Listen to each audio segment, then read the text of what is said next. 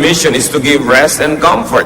Pahinga sa mga hindi makahinga, ginhawa sa mga lubhang nahihirapan. So therefore, Christian mission should be the same. Hindi kabaligtaran. Sadly, many people, when they become religious, are burdened with guilt. Lalong napapahirapan ng loob, napapagilty at nauusig, lalong nagiging mapagkunwari, lalong dumaraming itinatago, at lalong humihirap ang tunay na kalagayan habang nagpapanggap sa panglabas na ang lahat ay mainam. The ministry of the church is not to accuse. Accusing is the work of Satan. Revelations 12:10. Then I heard a loud voice in heaven say, "Now have come the salvation and the power and the kingdom of our God and the authority of his Christ. For the accuser of our brothers, who accuses them before our God day and night, has been hurled down." So the accuser of our brothers, yung daw taga-usig, ay napalaglag na ng kapangyarihan ng Panginoong Yesus. So ang gawang mang-usig ay hindi gawa ng church at hindi gawa ng Kristiyano. Ito'y gawa ni Satanas. Pero bakit ang dami-dami mga Kristiyano walang ginawa kundi mang-usig? Nagiging mahirap tuloy sa isang taong maging totoo, kailangan siyang magpanggap dahil baka siya mausig. At ito po ang pamagat ng pag-aaral ngayon. Guilty? Could you be burdened by a needless load? Meron ka ba dyan na pinaghihirapang dalhin na hindi naman pala dapat? Salamat, Ama, dahil kayo mapagpalaya, lalong-lalo sa ministry ng iyong anak na si Jesus. Turuan niyo po kaming maunawa ito, may apply ito sa aming buhay. Patawarin niyo po kami sa aming mga kasalanan, buong puso naming tinatanggap ang inyong pagbubuong muli sa aming mga kasiraan, pagtatayo sa aming mga pagkakadapa, at paglilinis sa aming mga karot.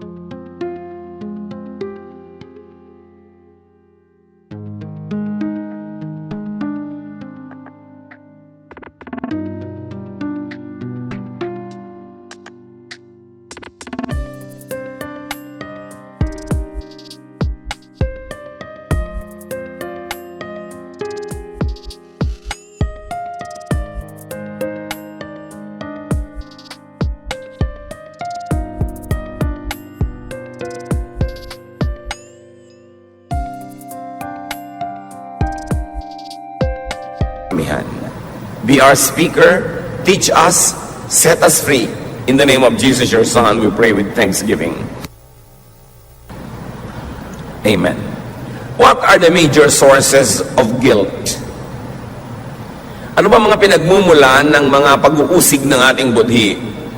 Unang-una na, at natural lang naman, broken commands of God. Mga alam nating talagang salita at utos ng Diyos na ating nilalapastangan, hindi sinusunod. Natural, nagkakaroon tayo ng guilt because we were created to obey God. And whenever we disobey God, we are wired to feel guilty. But there's another source of guilt, which should not be commands of men mistaken for commands of God. Utos ng akala natin ay utos ng Diyos. Yung pala utos lang ng tao. Salita na akala natin ay salita ng Diyos, yung pala'y salita lang ng tao. God gave the Jews 10 commandments. But over time, the religious authorities added 613 mitzvot or more commands and prohibitions. 10 lang ang utos ng Diyos. Ang idinagdag ng mga pare, 613. Nasa salitang Hebrew ay tinatawag na mitzvot. In other words, it was added to the original commandments of God. So a big and wide source of guilt. Kung yung 10, hindi mo na masunod-sunod, dagdagan pa ba naman ng 613 more? Kaya sa Israel, hanggang ngayon, kaglalakad kayo sa kalsada, o kahit sa New York, may mga Hudyo na iba yung ayos ng mga patilya, may mga sombrero, may mga ibang ayos ng buhok, may mga tali-tali sa bewang. Ibig sabihin nun, they are conservative Jews. They are committed to obey not only the 10 Commandments, but also the 613 mitzvots. Can you imagine, bawat oras, bawat minuto, may opportunity ka to break something sa dinami-rami ng bawal. At pag nabe-break mo yun, akala mo na break mo yung salita mismo ng Diyos. Iba ang value, iba ang weight ng mga salita, kautusan ng Diyos Ama, Anak, at Espiritu Santo sa mga salita ng patriarchs of the Old Testament, ng prophets, o ng mga disciples of the New Testament, or the church leaders after the New Testament. Words of great biblical persons are not always and necessarily the words of God. In fact, sometimes these great biblical persons are mistaken. Ang dami niyan kahit sa New Testament. Si Peter nga natawag po ni Lord Jesus na Satan, get behind me Satan. Maling-mali ang pinagsasasabi mo. Si Peter pa yon. So what do we do with the words of the prophets, of the patriarchs, of the disciples, of the apostles? What do we do with the words of pastors and priests and religious leaders? Bring them, refer them to the words of Jesus. For everything else that completely agrees with the word of Jesus, value it, obey it as word of God, because it agrees and it comes from the word of Jesus. But if it has no basis at all in the words of Jesus, then study if it's authoritative, if it really must be to kill or die for. Is it really a must to obey? Kasi kahit sa New Testament, may mga inutos sa mga disciples na pangdoon lang sa specific persons or groups of persons that received the instruction, not necessarily universal for all people at all time, in all places. Katulad ng utos halimbawa ng Diyos kay Noah na gumawa ng sasakyang pandagat para sila lumutang, hindi yun utos sa iyo, kay Noah lang. Ang utos halimbawa ni Paul sa mga babae sa Corinth na lagi magbelo, magpahaba ng buhok, pang kanila lang, hindi para sa lahat ng babae sa buong planeta, sa lahat ng panahon, sa lahat ng dako. Kasi may cultural reasons why those commands were given. Yung mga ipinagbawal na pagkain, ipinagbawal sa mga Hudyo, hindi naman sa lahat ng tao sa planeta. Who knows, the Jews might be genetically designed not to eat those foods. Pero kung ikaw naman ay Ilocana o ikaw ay Bisaya, baka pwede sa'yo kasi iba naman yung genes mo. So hindi mo pwedeng kopyahin, sundin, at pairalin sa buhay mo ang lahat ng utos at salita na nasa Biblia, kahit galing yan sa Biblia, kung hindi naman yun para sa'yo. Kaya dumarami ang pabigat, dumarami ang batas, dumadami tuloy ang nalalabag na batas na hindi naman pala dapat. Tapos lungkot na lungkot ka, durog na durog ang iyong puso, guilty ka, hindi naman pala dapat. What are some examples of sources of guilt? Let's read from Matthew 12, 1 to 8. One Sabbath, Jesus and his disciples were walking through some wheat fields. His disciples were hungry and began picking and eating grains of wheat. Some Pharisees noticed this and said to Jesus, "Why are your disciples picking grain on the Sabbath? They are not supposed to do that." So, Sabbath ang pinag-uusapan, a legitimate member of the Big Ten Commandments. Pero meron silang nalimutan. Ang kausap ng Diyos sa Ten Commandments sa Sabbath ay employers and masters. Sabi niya, remember the Sabbath day, keep it holy, do not work. Do not make your servants, your female servants, male servants, and do not make your animals work. So ibinigay ng Diyos yung commandment sa mga amo para huwag nilang abusuhin yung mga tauhan at mga hayop, pagpahingahin man lang minsan isang linggo. So yun ang ibig sabihin ng huwag pagtrabahuhin. Ngayon, Sabat, namitaas ng konting makakain na bungang kahoy itong mga disciples, inuusig na sila ng mga religious leaders dahil bakit kayo nagtatrabaho ng Sabbath? See? Wrong application. And for many hundreds of years, the Israelites were burdened with the law of the Sabbath. Hindi makapagluto pag Sabbath, meron kang hindi ka pwede maglakad ng mahaba, na-regulate na nung 613 more rules. Samantalang ang espiritu lang nun, dapat pagpahingahin ang mga taong nasasakupan mo. Pero kung ikaw, kumating likod mo, gusto mong kamutin, hindi ka man pinipilit ng amo mo na gawin yun para sa sarili mo, you are free to do it. The Sabbath regulation was for that rich people and masters will not abuse their employees or their slaves or even the animals. So, Matthew 12:3-8, sumagot ang Panginoon, you surely must have read what David did when he and his followers were hungry. He went into the house of God and then they ate the sacred loaves of bread that only priests are allowed to eat. Haven't you read in the law of Moses that the priests are allowed to work in the temple on the Sabbath? But no one says that they are guilty of breaking the law of the Sabbath. I tell you that there is something here greater than the temple. Don't you know that the scriptures mean when they say, instead of offering sacrifices to me, I want you to be merciful to others. If you knew what this means, you would not condemn those innocent disciples of mine. So the Son of Man is Lord over the Sabbath. Sabi ni Lord, nagpuputok ang butsinyo na pumitas sila ng konting bungang kahoy para kumain dahil Sabbath. Eh bakit ang mga pare nagtatrabaho sa loob ng templo pag Sabbath? Ba't sila exempted? Dahil ang ginagawa nila paglilingkod sa kapwa. So, sabi niya, ang mahalaga mapaglingkuran ng mga nangangailangan. Hindi yung to the letter, susundin mo yung regulasyon. In fact, the regulation was meant for masters not to abuse people under them. So kindness to the needy was an exemption, according to the Lord. Jesus was trying to take the guilt away from certain acts of piety or acts out of needs. Surely, napakarami mga Jews ang napunta sa underground sa pagkukunwari at pagbabalat kayo pag Sabat. Hindi nila ipinapakita sa ibang nagtatrabaho sila, pero surely, binibreak din nila yon. Long ago, I was in Israel and I took a taxi and we were traveling across Jerusalem on a Sabbath and we were being stoned by many people. Nagagalit sila doon sa driver dahil nagtatrabaho pag Sabbath. Pero yung driver nagtatrabaho, kudyo rin siya. Kasi kailangan rin niya mabuhay. Siguro meron siyang matinding pangangailangan for funds. So to feed the hungry, the regulation on the Sabbath and even the holy bread were bended. In fact, dalawa yung inungkat ni Jesus. Sabi niya, nalimutan niyo na ba?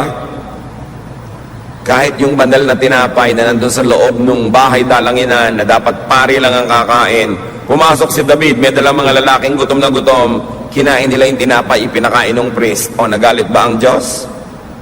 So, sino umimbento na yung tinapay doon sa dambana ay para lang sa mga pare? Sino umimbento ng batas? Eh di mga pare.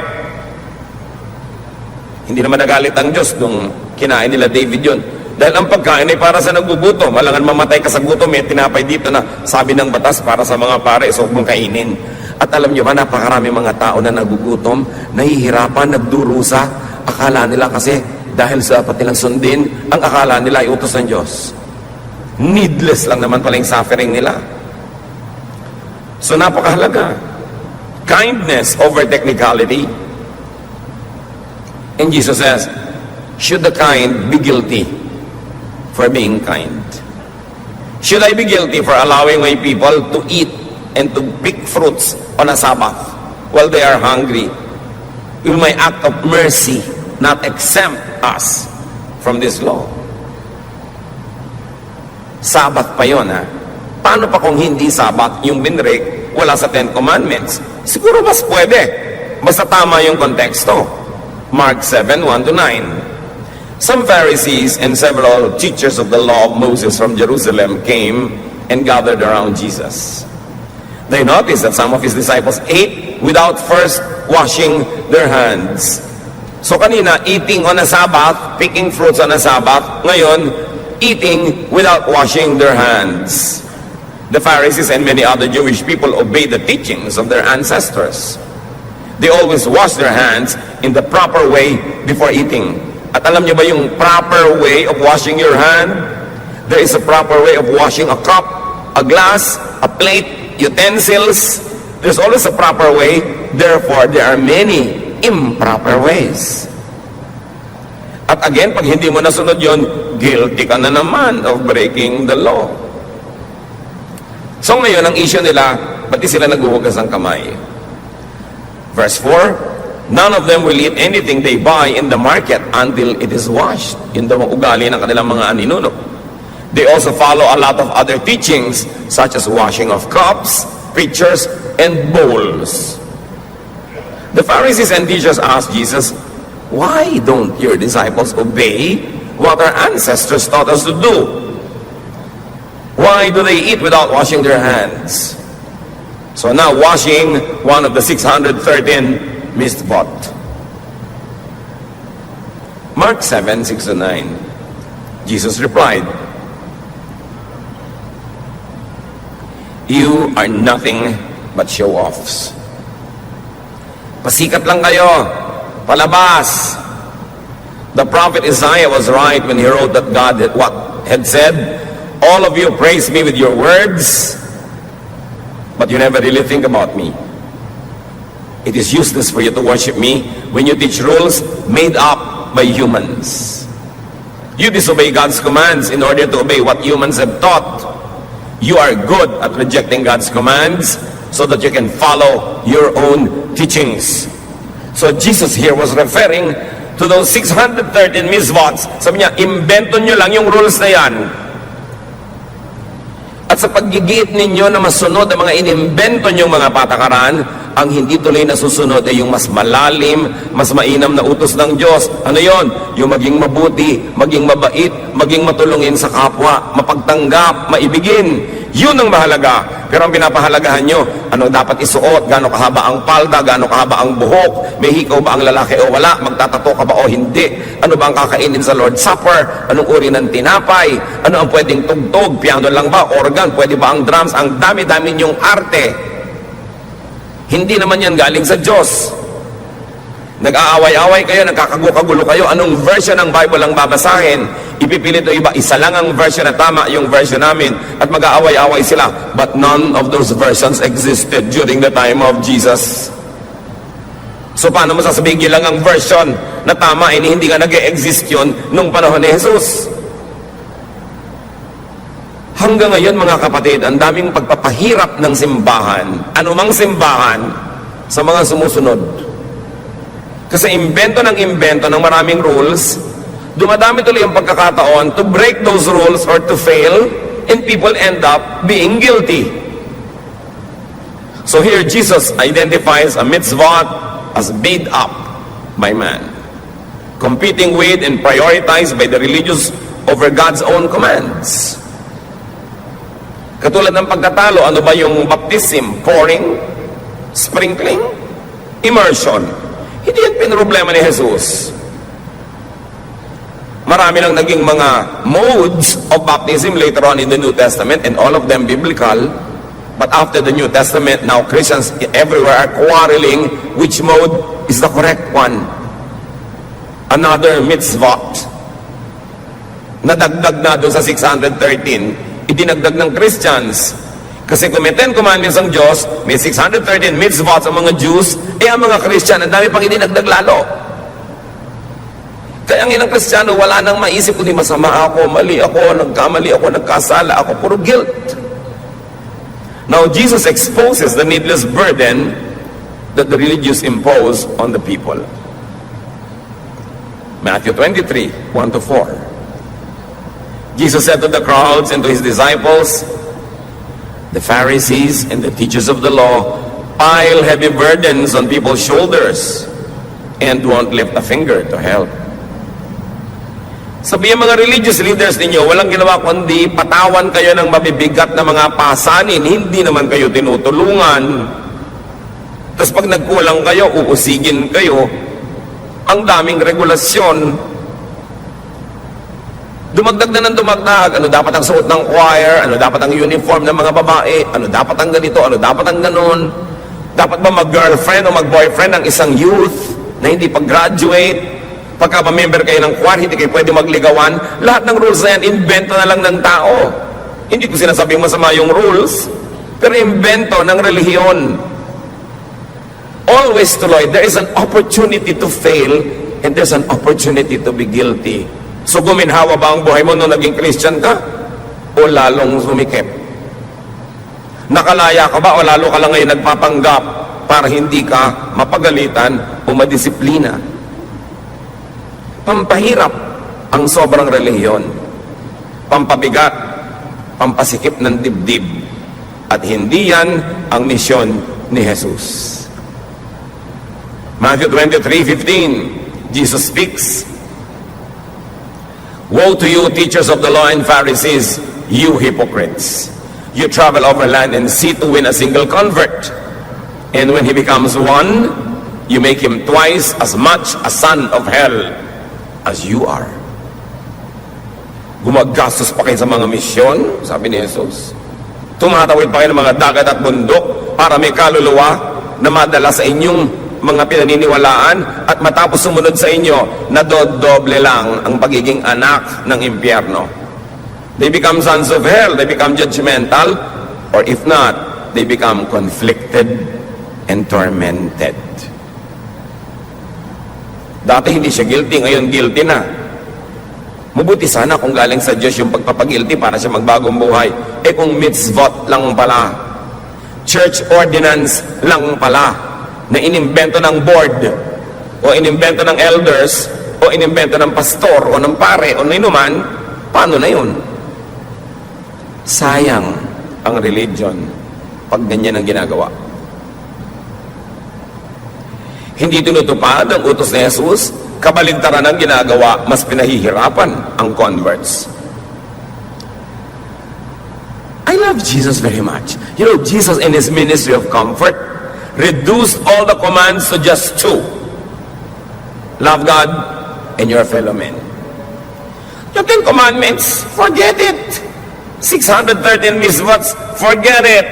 Matthew 22, 35 to 40. One of them, an expert of the law, tested Jesus with this question. "Teacher, which is the greatest commandment in the law?" Jesus replied, "Love the Lord your God with all your heart and with all your soul and with all your mind. This is the first and the greatest commandment. And the second is like it. Love your neighbor as yourself. All the law and the prophets hang on these two commandments." Ni wala sa 10 commandments yung binanggit niya. Sabi niya, dalawa lang ang mahalagang commandment. Kaya siguro ipinadala ng Diyos Ama ang Diyos Anak para ituwid ang pagkakaligaw mismo ng templo, mismo ng relihiyon. Kailangang itama, kailangan magkaroon ng reformation. So niya, dalawa lang. Love God, love your fellow men. Love is above all. Gusto ko kayong hamunin. At this point, humanap kayo ng application sa sinabi na yan ni Lord. Ito lang ang unahin mo. Love God and love your fellow men. Paano niya i-apply ngayon sa mga moral laws na nakasiksik sa inyong utak? Paano niyo i-apply yan sa inyong concepts of right and wrong? Sa inyong concept of justice and judgmentalism? Sa inyong concept of religiosity? Sabi ni Lord, ito ang mahalaga. Love God, love your fellow men. Applyan nyo. I cannot do it for you. But you have to say, itong law na to ng bahay na nabe-break ng asawa ko, lagi niyang iniiwan yung mga damit niyang nakakalat kung nagbibihis siya. What will I apply? The law of the house or the law of love? Nagkamali itong aking anak. What will I apply? Yung rules ng family na hindi ka pwedeng bumagsak sa klase mo kung hindi, blah blah blah, or the rule of love.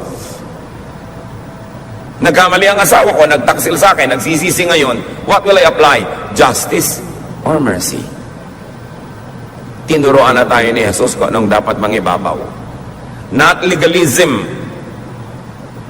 Legalism belongs in the court of law, but not in daily life. Because if you're going to be legalistic, no one will love you. And you cannot be loving anybody. You will always insist, sabi ng paragraph 10, article 3, sentence number 2, pero wala magmamahal sa'yo. Pag legalista ka masyado. So sabi ni Lord, love. You cannot go wrong when you love. Because God is love. And it is the greatest of all the commandments. Eh, hindi nga kasama sa commandment yun eh. Pero si Jesus, sinabi niya, it is the real commandment. And it is the greatest. Another source of guilt, misreading, misinterpretation, and misapplication of God's Word. Okay, God's Word talaga. Hindi words lang ng kung sino, hindi words lang ng kung sinong prophet or disciple na labag sa sinasabi ng Diyos Ama o Diyos Anak o Diyos Espiritu Santo. Hindi salita lang ng pastor o ng religious leader. Talagang God's Word.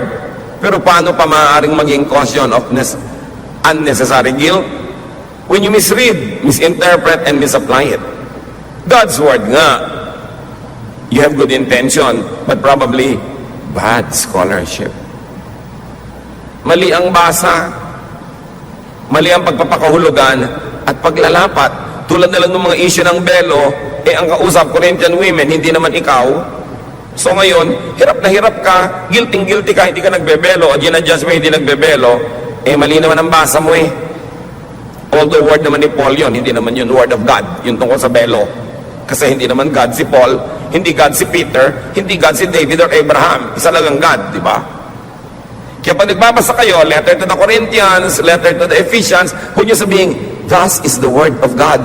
No, it's the word of Peter, it's the word of Paul, it's the word of whoever. It's not the word of God kasi those men are not gods. Dapat malinaw yun. Minsan nagbabasa ka ng kung ano-anong mga letters dyan sa Bible, tapos mo, word of God. It's the word of God if the teaching perfectly coincides with, agrees with, and follows the words of Jesus. Otherwise, it's a human opinion. It's the opinion of Peter, it's the opinion of Paul, it's the opinion of James, but it's not the word of God. Dapat malinaw yon. Magkakaiba ang tindi, bigat at halaga ng mga salita. So what are the additional causes of guilt? Let us cite some examples. In addition to Old Testament and New Testament teachings, ito na ang sources of guilt, as we have mentioned. Congregational, sectarian rules, and regulation. Yung mga rules and regulations ng inyong kongregasyon, ng inyong kapatiran, ng inyong fellowship, whatever. At marami yan. Nagdagdag sila sa mga misbot. Mode of baptism, elements of the Lord's Supper, attire, length of hair. May Christmas ba o wala? Issue rin yan. Church ba kayo o fellowship lang? Nadidinig nyo yan, di ba? Ang pastor nyo ba reverend o pastor o brother lang? Alam nyo, hindi ko masikmura na ang tao tawaging reverend, kaya gusto ko tawag nyo lang sa akin, Kuya Ed. Kasi kung minsan, pastor ba? Wow. Pero may reverend ba? Ay, meron ba o wala? What's the big deal? Minsan yung sobrang pagpapahalaga sa title is the reason why I refuse all of these titles. Kakilakilabot, may tao bang reverend? Banal? Kabanal-banalan? Ano siya? Katipunan na anak ng bayan? At ang dami pa niyan, etc., ad nauseam, nakakasuka na sa dami ang mga congregational rules. Hindi ka pwedeng tumugtog sa banda pag mahaba ang buhok. Nasaan yung verse? Hindi mo pwedeng ligawan ng kapwa choir member. Pareho naman kayong binata at dalaga. Bakit? Ang dami. Well, if it works in some congregations, that's their business. But I don't think it is a word of God to die or kill for. It's an opinion. Siguro yung mga church leaders, nakita na mas effective yung ministry, mas less ang problem pag ano yung policy. But sometimes the obedience of that policy stops people from being human. At hindi rin naman sinusunod ang mga choir, nagliligawan din sila. Nakalihim lang. It's only underground. And therefore they are guilty. That's what I mean. You create rules that force them to go underground and to feel guilty.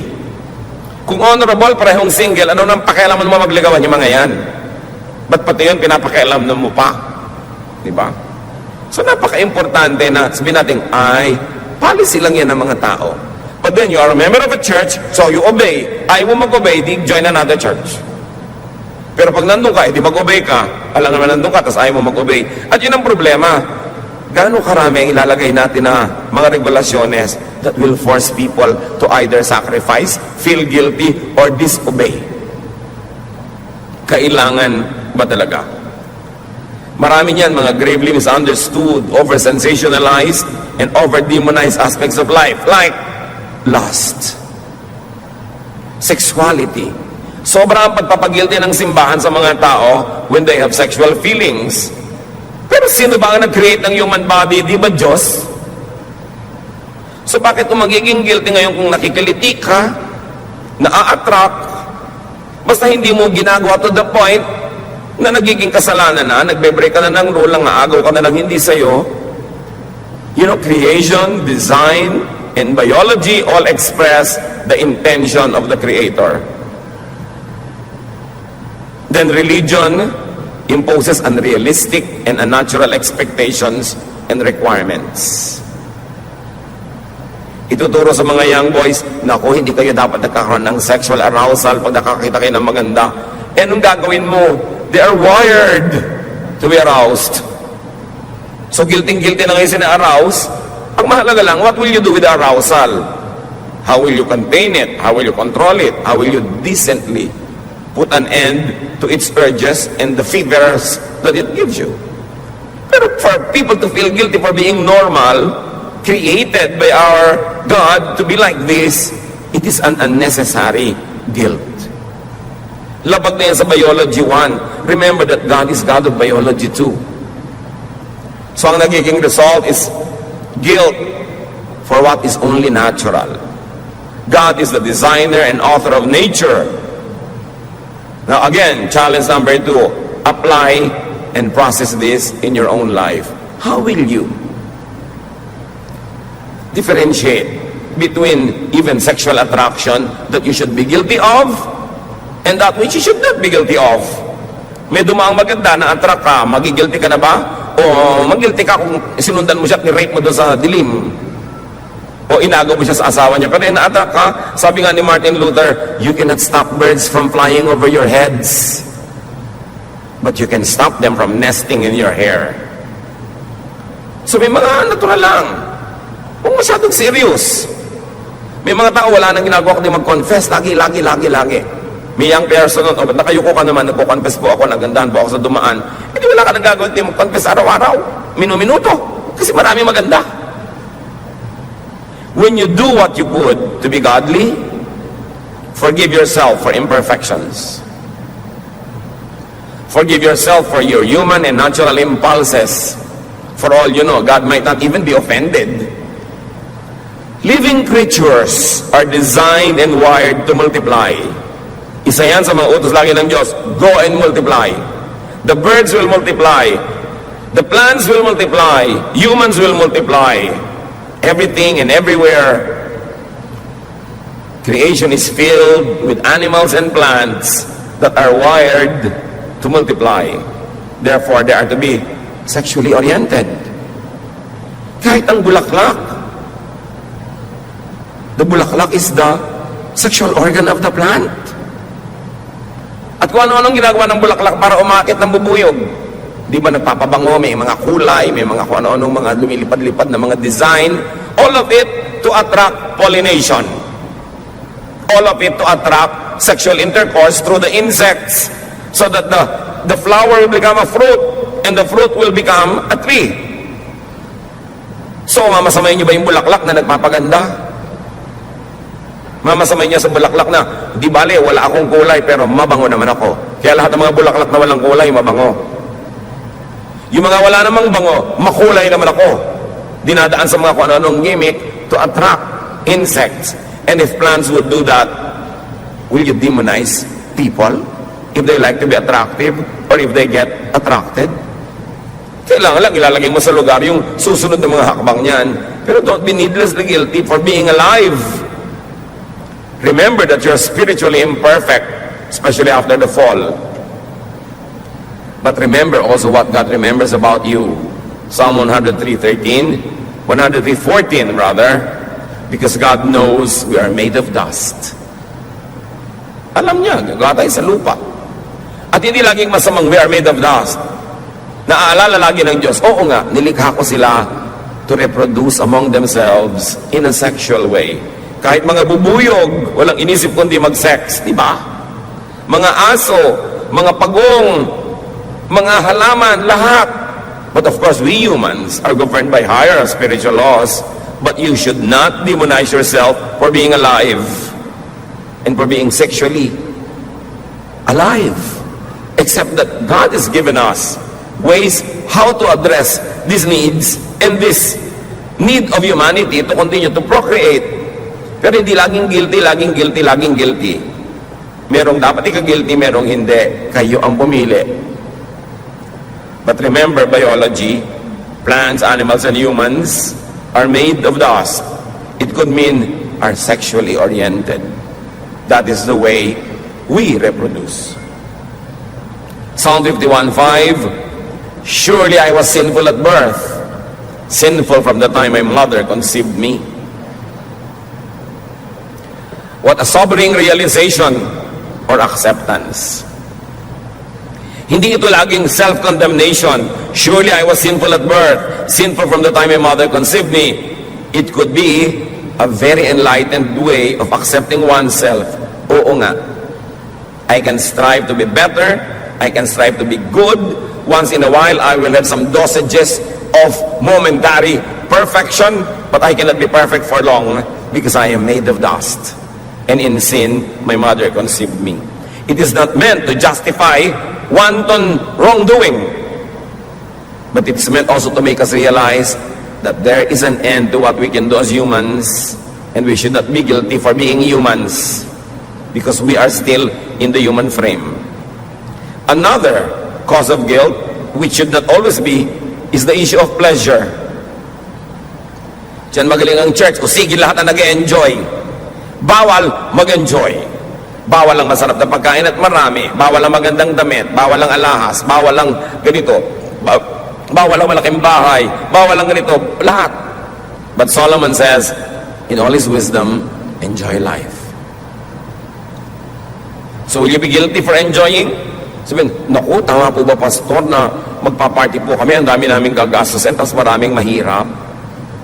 Eh gusto mo, huwag ka na mag-party, pamigyan mo na lang sa mahirap lahat ng pera mo. Eh mahirap pa rin naman po sila kahit ibigay namin yung pera namin eh.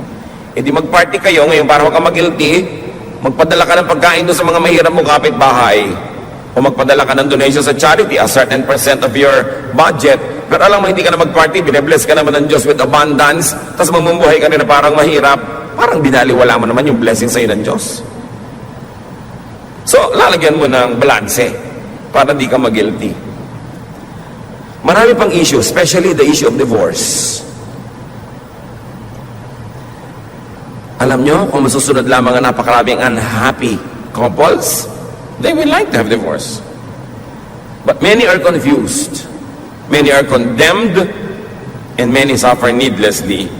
And one gravely misunderstood verse is Malachi 2:16. I hate divorce, says the Lord God of Israel, and I hate a man's covering himself with violence as well as with his garment, says the Lord Almighty. So guard yourself in your spirit and do not break faith. Ano ang kahulugan ng mahiwagang verse na ito na kino-quote ng lahat ng Christian who are against divorce? But they usually quote it out of context. Sabi ng Diyos, ayoko ng diborsyo na para bang ginagamit lang yung diborsyo ng mga tao na damit, pangtakip sa kanilang mga violence, pangtakip sa kanilang mga bisyo at mga kasamaan. Here, divorce refers to Israel's unfaithfulness to and departure from God than to a husband and wife separation. Yun ang problema sa bad scholarship. Ang tunay na tinutukoy dito ay ang paghiwalay ng Israel sa Diyos, hindi yung paghiwalay ng babae at lalaki mag-asawa. ginamit lang yung metaphor ng marriage, pero ang tunay na tinutukoy ng subject matter, pagtalikod ng Israel sa Diyos. At pakikitungo sa ibang mga Diyos-Diyosan. Marriage was used only as a metaphor or a symbol, but Malachi is not talking about human marriage. It's talking about the partnership, the covenant between God and man. At yung salitang divorce, in biblical vocabulary, also referred to man's abuse of it, of disempowering and destroying women. Tatandaan nyo, kung yung bread nung araw ay tinapay, na ngayon ay pwedeng pera na ang ibig sabihin, nung araw ang mouse ay dagang hinahabol ng pusa, ngayon yung kasama ng computer. Kung ang virus nung araw ay yung may sipon ka tubo, ngayon yung computer mo ang meron, naiiba ang kahulugan ng the same word, ganun din yung divorce. Yung divorce na pag-aalam natin ngayon na paghiwalay ng mag-asawa, hindi ganun ang exact kahulugan ng divorce nung araw. So what was the divorce that God hated? Sinasabi niya yung covering himself with violence using divorce. Breaking faith, according to Malachi 2:16, is like divorce. But mostly, sa Old and New Testament, pag binabanggit ang divorce, may loaded meaning yan. Pag-abuso ng lalaki sa babae. Paano yun? Matatandaan natin na si Moses, sabi niya, nagutos siya, mga lalaki, kung di divorce yung mga asawa nyo, bigyan niya ng certificate of divorce. Why a certificate of divorce? Para mas humirap naman sa lalaki na basta-basta na lang mang-divorce. Why? Nung araw, sasabihin lang ng lalaki sa kanyang asawang babae, ayoko na sa'yo, divorce na tayo, tsupi. Talsik na ang babae. Ganun lang. Matabangang sinigang, divorce. Hindi ka good in bed, divorce. Hindi ka maagang bumangon, divorce. Kahit ano, pwedeng i-divorce ang lalaki ang babae, pero hindi pwedeng i-divorce ang babae ang lalaki. Unfair, no? So sabi ni Moses, mga lalaki, kung magpapadivorce kayo, bigyan nyo ng certificate. At least pupunta ka pa sa pare, papapirmahan mo pa. Medyo mahirap, baka makounsel ka, mapigil ka dahil wala namang kalatoy-latoy ang dahilan ng divorce mo. Meron pa mga lalaki, may magugustuhan silang ibang babae, pero siyempre alam nila kasalanan ang makiapid doon dahil may asawa sila. Di-divorce nila yung babae ngayong gabi. Makikiapid sila doon sa ibang babae ngayong magdamag. Bukas ng umaga, sasabihin na sa babae, balik ka na dito, asawa na uli kita. Di ba di-divorce mo na ako? Ang patunay mo. So sabi ni Moses, bigyan nyo ng certificate. Kasi ang dali-daling baligtarin ng lalaki yung babae. Ang dali-dali niyang pahirapan. So, the certificate of divorce was a protection for women. Hindi yun pag sang-ayon na basta mo na lang siya i-divorce. Binigyan man lang kahit konting protection. Now, ito yung divorce that God hates. Yung I hate divorce. God and Jesus hated divorce. The instrument by which men so easily threw women away, only to pick them up at will. That was a divorce God hated. God and Jesus hated the kind of divorce that abused the weak, that caused women and the weaker partner to suffer. Yun ang divorce at tinutukoy. The word divorce then does not exactly mean what divorce means now. So hate pa naman ng Diyos ang divorce kung ang dahilan at ang pagdidivorce ay para mapalaya ang sino mang partner na hihirapan, nagdurusa, nalalagay sa panganib dahil murderous or insane yung husband, pinagtataksilan, inaabuso ng harap-harapan. Will God still hate a divorce in that context? Yun ang pangatlong challenge. Isipin nyo. I-apply nyo sa buhay nyo. Kasi maraming tao, sa pagsunod lang sa do not divorce, nawasak na yung buong buhay nila, kaisa-isa lang yung buhay, paano ko nagkamali ka pala ng pinakasalan? Hindi yung bisyo na, dinidivorce ko siya kasi mabaho ang paa, kasi malakas umili, kasi hindi kumikita, bla bla bla. Hindi yon. Pero yung talagang, ang napangasawa mo, baliw, pinaplansya ka habang tulog ka. Pag bangon mo, nakabiti ka, binibigti ka pala. Inuuwihan ka ng babaeng tatlong sabay-sabay sa bahay mo, wala kang magawa. Sa palagay nyo, pag dinivorce yung husband nyo na yon, hate pa rin ng God yung divorce. Think. Because God is kind and God likes the weak to be strengthened. The imprisoned to be free. What if you are imprisoned in a horrible, nightmarish partnership? Will God still hate the divorce? Think. Even adultery and covetousness were forbidden, mainly because women were counted as their husband's properties. Alam niyo ba, mga kapatid, na kaya pinagbabawal yung covetousness, yung 10th commandment, you should not covet your neighbor's wife, because property laws would be broken. What do I mean? Balikan natin na Exodus 20:17, the 10th commandment. You shall not covet your neighbor's house. You shall not covet your neighbor's wife, or his manservant, or maidservant, or his ox, or donkey, or anything that belongs to your neighbor. So, sinong kabarkada ng wife? Ang mga baka, ang mga kambing, ang mga ari-arian, ang traktora, ang kotse, ang motorsiklo. Ang hindi pinapakovet sa Exodus 20:17, property ng another man, and the wife belongs to that. The context of not coveting your neighbor's wife is not to respect the wife, but to respect the man who owns her. Because in the Old Testament and up to the New Testament, a wife is a property. Kaya nakita niyo yung pagpapalaya ni Jesus sa mga babae? Yung kasama niya kahit saan, mga babae na hindi nagpapaalam sa mga asawa. Nagkaroon sila ng freedom from being owned by a man. Yung babaeng si Mary na nakikinig sa kanyang pagtuturo kasama yung mga kalalaki, sabi ng Sister Martha, papuntahin niyo po yung kapatid ko si Mary sa kitchen where we women belong. Natanggap na ni Mary yun ni Martha. Sabi ni Lord, gusto ni Mary maging disciple, gusto niya magturo, gusto niya maging parang lalaki, hayaan siya dito. She has actually chosen the better portion, sabi ni Lord. Pinapalaya niya ang sarili niya. Maganda yung pinili niya. You know how lovable Jesus is?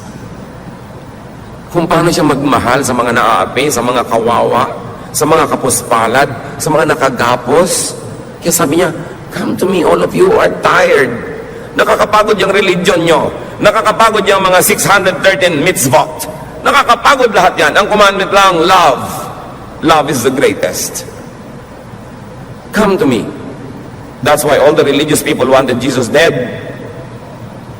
Because he was changing the system. He was setting the captives free. He was setting prisoners free. He wanted every person, man or woman, child or old, rich or poor, to enjoy life, to have a meaningful life, to develop their personality, and not to be the shadow of someone else, even if that someone else is your father or your husband or your mother. You were created in God's image, and Jesus was setting people free.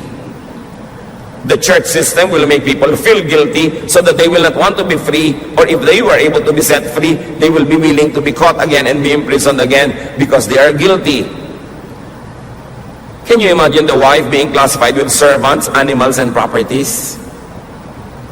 So masamang pagnasaan, hindi dahil sa isang marangal na babae, kundi dahil property kasi siya ng kapwa lalaki, at ang kinakausap sa 10th commandment ay mga lalaki. Ang kinakausap sa commandment on the Sabbath ay mga amo o mga masters, which are also male. So ano pa mga guilt nyo? Nagigilty ka na hiniwalayin mong asawa mo na lagi ka na lamang na pinagtataksilan, ninanakaw ang savings mo, piniprenda ang mga alahas mo, tapos inuuwian ka ng syphilis, sisipin kung kani-kanino, tapos uuwian ka ng mga gonorrhea, tapos ngayon humihiwalay ka, pinapagilty ka ng religious counselor mo, sabi niya, alam mo, ang gusto ng Diyos, bumalik ka doon, magdusa ka because God hates divorce. Wrong reading. Meron pang isang accusation na lagi tayong guilty, materialism. Hoy sister, di ba, Kristiyano ka na, bakit ang dami-dami mong damit? Bakit ganito, ganon? Guilt for having fine things. Guilt for being comfortable. Of course, this guilt is fed and fanned and promoted by the church that glorifies sacrifice, that demonizes possession of properties. Why? Because the churches want you to donate everything you have. Kaya pinapagilty ka pag may mga ari-arian ka, brother, mas malaki pa ang bahay mo kaysa sa church.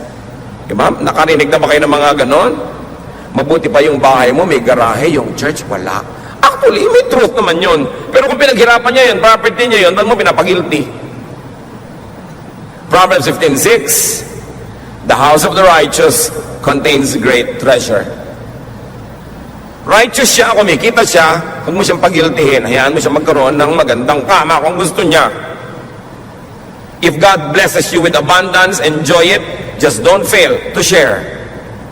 Don't fail to give to God what is God's, and to your fellow men the help, the charity that you could. But enjoy God's blessings to you. You don't have to be guilty for being rich. Eh, pinayaman ka ng Diyos, tapos babaliwalain mo, di binabaliwala mo yung bigay sa'yo. So another source of guilt is of course the excessive focus on sin and guilt. Wala nang itinuro kundi kasalanan, kasalanan, kasalanan. Kaya marami tuloy mga Christian, pag matagal na sa church, ang nagiging nangyayari sa kanila, wala ring inuungkat kundi kasalanan ng iba. Walang hinahanap kundi kasalanan ng iba. The burden of sin and guilt, of course, makes the priest and other dispensers of forgiveness look more important. Siyempre, lagi kang uusigin kasi nagiging mahalaga tuloy yung ministry ng mga religious leaders na laging magbibigay sa iyo ng kapatawaran. Kung nasa ritual ng simbahan na yun na pwedeng magbigay ng kapatawaran yung leader, nagiging importante siya, so lalo kang papagiltihin. Now, what are the cures to guilt and to needless guilt? Obedience to God, of course. You don't want to be guilty? Be perfect. If you could. Babalikan natin yan. Another cure, knowledgeable, wise, and spirit-led scholarship. Pangontra sa pinag-usapan na natin kanina na careless or substandard knowledge of the Word of God, mali-mali tuloy interpretation, mali-mali ang reading, nahihirapan tuloy. There should be differentiation of man's commands from God's commands. Men in the Bible, men outside the Bible, men in your church, man-made rules. Dapat clear. Ito talaga yung 10 Commandments. Pero, sabi ni Jesus, dalawa na lang, love God and love fellow men. Ano ngayon ang relasyon ng mga ibang regulasyon ng buhay mo doon? Process it. The fourth challenge. Gano'ng kahalaga talaga yan? So they really feel guilty? Idinidikdik ng pastor talaga, ng mga religious leader, Sunday is for the church. O may lagnat ka, hindi ka makapunta sa church, will you be guilty? Birthday ng nanay mo, may celebration kayo sa Palawan. A knowledgeable, a wise, and a spirit-led reading, interpretation, and application of God's Word, and church history. Kailangan niya ng tao para mabawasan ng excessive expectations, oppressive standards, needless guilt when you fail, and needless judgmentalism when others fail. Test. Para malaman mo, ito bang teaching na ito is to die for, to kill for? Is it really from God? Use this test. Is it easy and restful? Itong policy ng church namin na to, doable ba? Easy and restful? Because easy and restful is the style of Jesus. Pag oppressive, ang hirap-hirap, baka hindi na style ni Jesus yan. Ask yourself, does it make life easier and more restful? Is it Solomonic in Jesus' life? Does it condemn or affirm? Include or exclude? Accept or reject people? Does it make one self-righteous and judgmental and separatist? Itanong nyo yan. Kung meron kayong kaharap na policy, rule, law, and you say, pampahirap yan ang buhay, hindi tayo dapat ganyan, dapat pagaanin natin. Kasi doon nga sa labas sa mundo, ang bigat-bigat na ng dala ng mga kapatiran, alam na pagpasok sa church, mas dadaganan pa natin. Mararamdaman mo kung off ang reading, pag ito'y oppressive at papunta sa guilt trip. Parang papunta sa guilt trip ito dahil sigurado hindi naman ito masusunod eh. Halimbawa, may policy ang church, o ting linggo, alas 4 ng umaga kayo darating dahil magdadasal tayo na 3 oras before worship. Alam mo, ay marami hindi makakasunod, magigilty lang. Gawin na lang nating 6:30. Ganon din naman yun. Another cure to guilt is of course confession. If you could not be perfect, yan yung sabi natin kanina, be perfect or jump to 3, confess. Do your best, then acknowledge your shortcomings if your best is only up to so and so. Be perfect, but if you couldn't, when you fail, confess. Ang bait ng Diyos.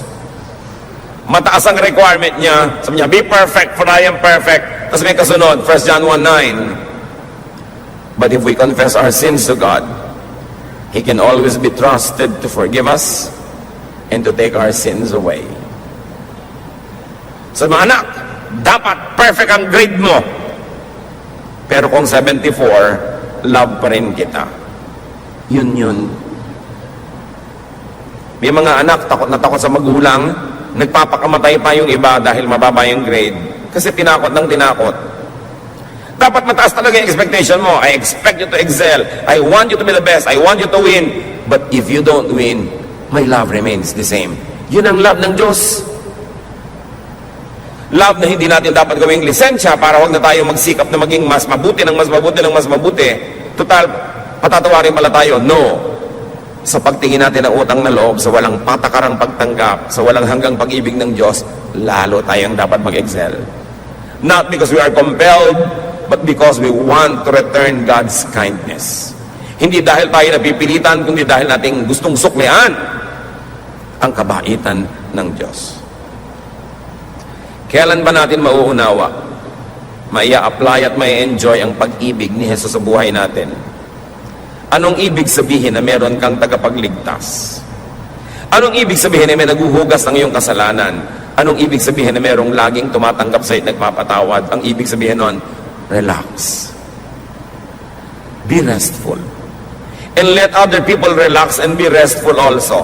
Marami mga kapatiran, mas mahigpit pa sa Diyos. Diyos ang bahala. Gusto kong idiin, huwag gawing lisensya ito para maging pabaya. Pero lagi nyo tatandaan, pag nagawa nyo na yung best nyo at hanggang doon na lang, papunuan nyo kay Jesus. Siya ang pupuno.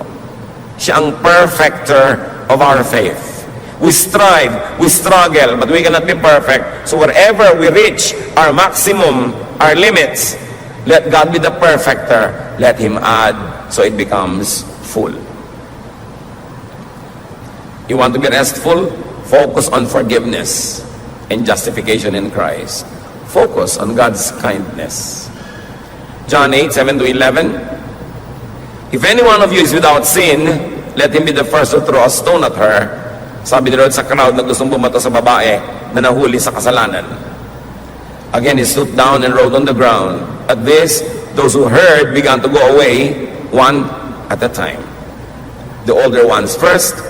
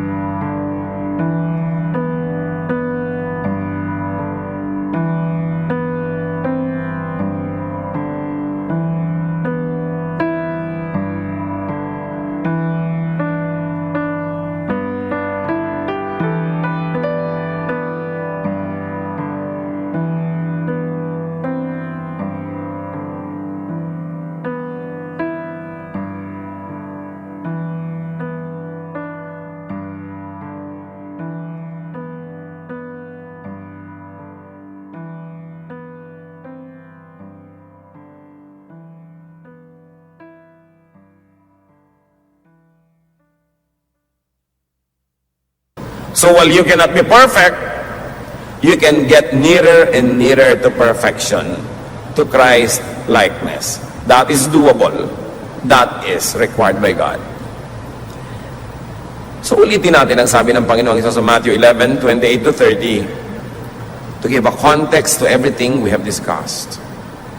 Come to me, all of you who are weary and burdened, and I will give you rest. Take my yoke upon you and learn from me, for I am gentle and humble in heart, and you will find rest for your souls. For my yoke is easy, and my burden is light. Let us strive to be Christ-like as much as possible.